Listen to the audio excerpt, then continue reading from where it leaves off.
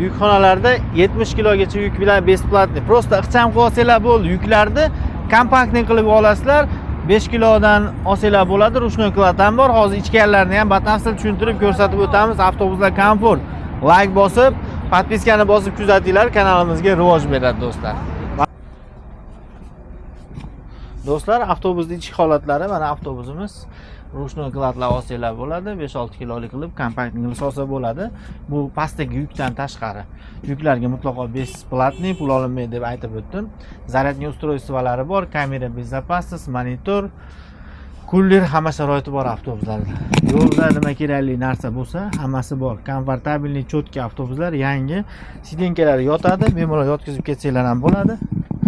Ozgina orqaga yotkizib olsanglar bo'ladi yoki bo'lmasa yonboshga surib olsanglar bo'ladi. Semizroq odamlar bo'lsa do'stlar, telefon qilasizlar, bitta like bosib, podpiskani bosib, podдержкада bo'linglar. Mana akalarimiz уже yig'ilyapti.